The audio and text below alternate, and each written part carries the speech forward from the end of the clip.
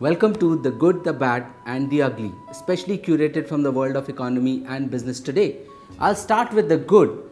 It seems that the government may finally be changing its rigid stand on how it would like to sell Air India, as against its previous position that it will not change any conditions from the expression of interest documents. It seems now that the government is inclined to change the conditions in case it's required. This comes after almost every airline in the country has said that it is not interested in bidding for Air India. Indigo and Jet Airways have said that they are not interested in bidding because of the onerous conditions of the expression of interest document.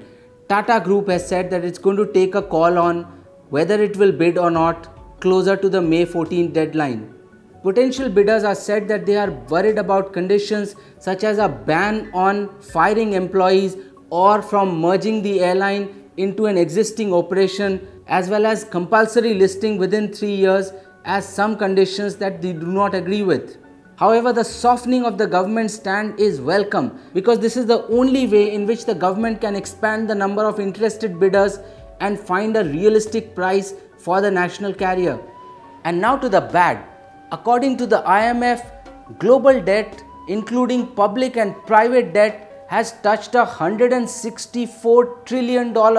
This is 225% of the global economy, and it's up almost 8% in the last 2 years. The debt to GDP ratios of developed countries are so high that they have never been these levels since the World War II.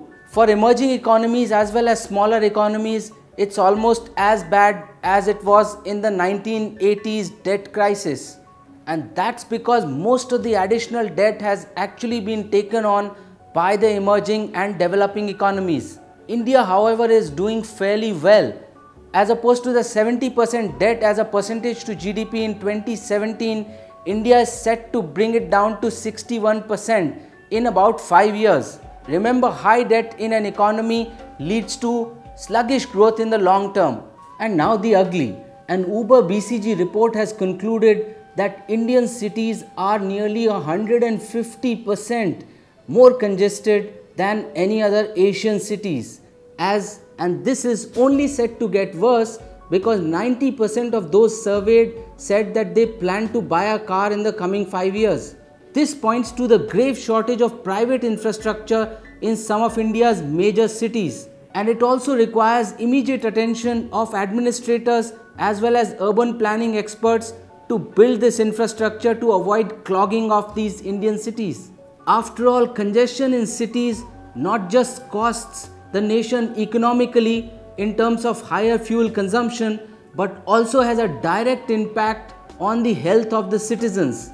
Neither of these is desirable. If you enjoyed watching this content, please subscribe to our YouTube channel and also like us on Facebook. Our Facebook page, www.facebook.com/businesstoday. Follow Business Today on Twitter India @BT_India and subscribe to our YouTube channel Business Today India.